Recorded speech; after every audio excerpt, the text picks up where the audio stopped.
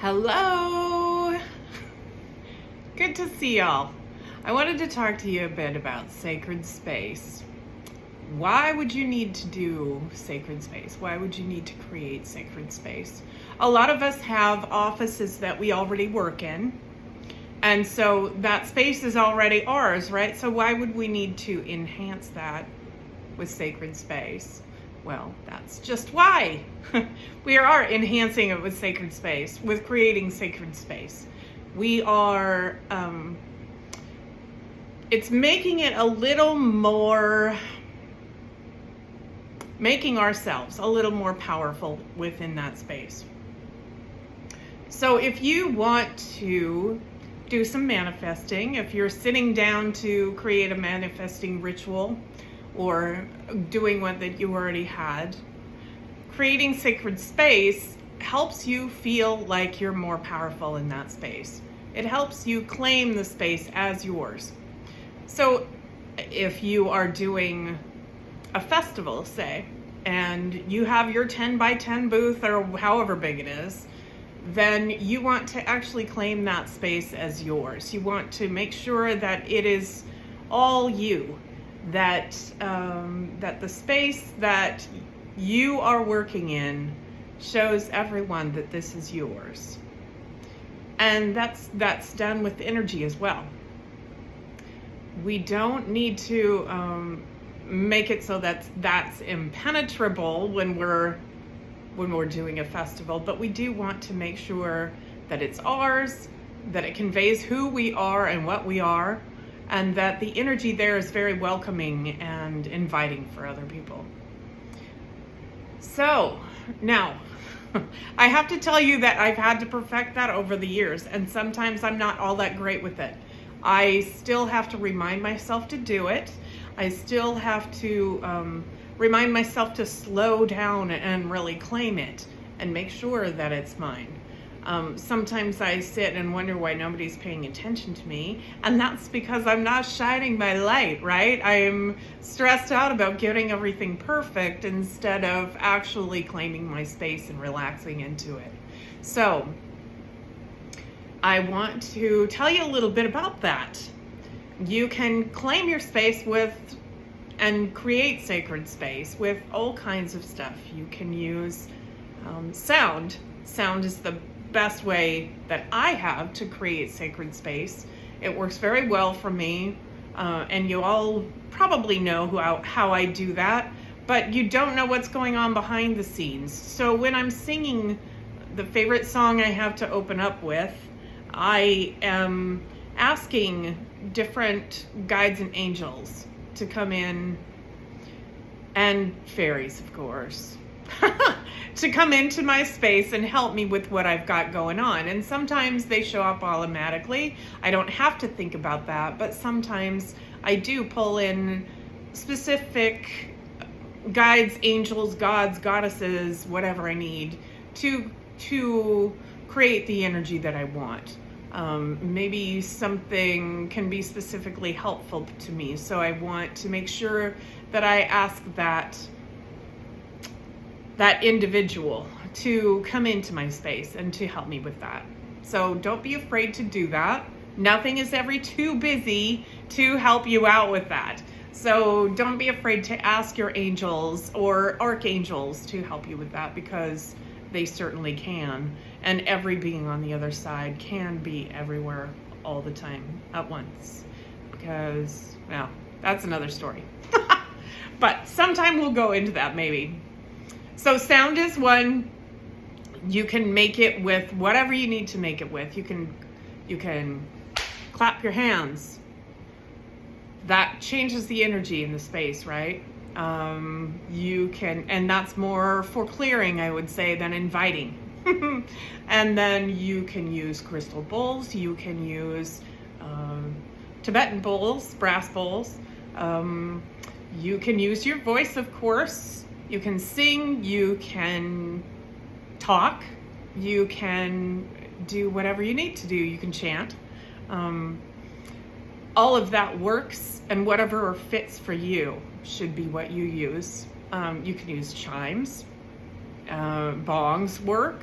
you know, everything that makes beautiful music. If you want to play your flute to get your space created, and the only thing that changes is that you intend to create sacred space with it. So one of the other things you can use is smudging. You can use whatever you'd like to smudge with. There are herbs for clearing, like sage, herbs for bringing in, like Palo Santo. Do a little bit of research and see what you like. Maybe you like the smell of something else burning that nobody else uses, but it creates sacred space for you. Then do that. I suggest that you will always make it your own. You can also use holy water. You can spray it in the space available. You can really use any essential oil scent if you'd like. And the way I can create a video for how to make your own holy water, or you can buy a holy water if you'd like. Whatever works for you. I really suggest that you make it all your own. So, how big does your sacred space need to be? If you are doing a class and you have 50 people in the class, then I would suggest you go in and create that sacred space in the space provided to fit that 50 people. If you are doing just a 10 by 10 little space inside a festival, then, or even if it's not even that, some of my festivals, I know you don't have that much space. So whatever you've got, create that sacred space around you. If you decide that that's one thing. Okay. So if your space is only a tiny little space, say you're a reader at one of my festivals and you've only got the card table space, right? That doesn't mean that you can't create your sacred space throughout the whole area that we're in. So for instance, when we use the church, you can create your sacred space in the church or in the neighborhood so that you're inviting all of those people to be in your sacred space, right? So decide what works for you and make it happen.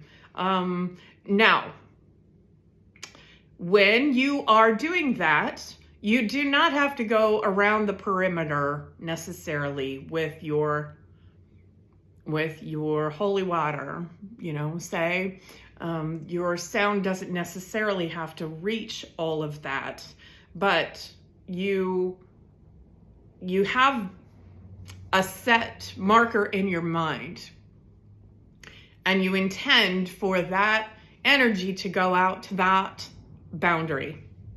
And you don't need to make that, you know, I would create a sacred space that you feel comfortable with.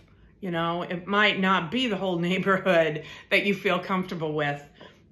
Excuse me, when I do it for the whole festival, it's, you know, statewide or, you know, area wide, so that I include people from Wyoming and whoever is coming by might see that we're doing something and want to come in, right? So we don't want to limit those things, limit how we do that, but we want to create the sacred space so that that energy is out there.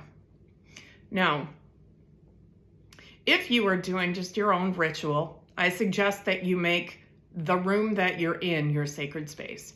So it might be a little closet that you set up for whatever your sacred space is, or it might be that you have your whole bedroom, or it might be you have your whole house. But when I am doing a ritual that like manifestation ritual, I do it in the room that I'm in. So I make that sacred space very enclosed. I think that comes from past lives, living in a cave, maybe. People tell me that all the time, that I'm a cave person. So, and I like that idea. I like to be surrounded by the earth or by nature. So I make my space fairly small when I'm doing some kind of manifestation ritual or something that's really deep for me. And and I call in whatever I need to call in. So I will let you know more on this topic if you would like to stay tuned, or if you have a link to the next video, I can go more in depth and let you know exactly how I do these sort of things. So I invite you to do that, and thanks for watching.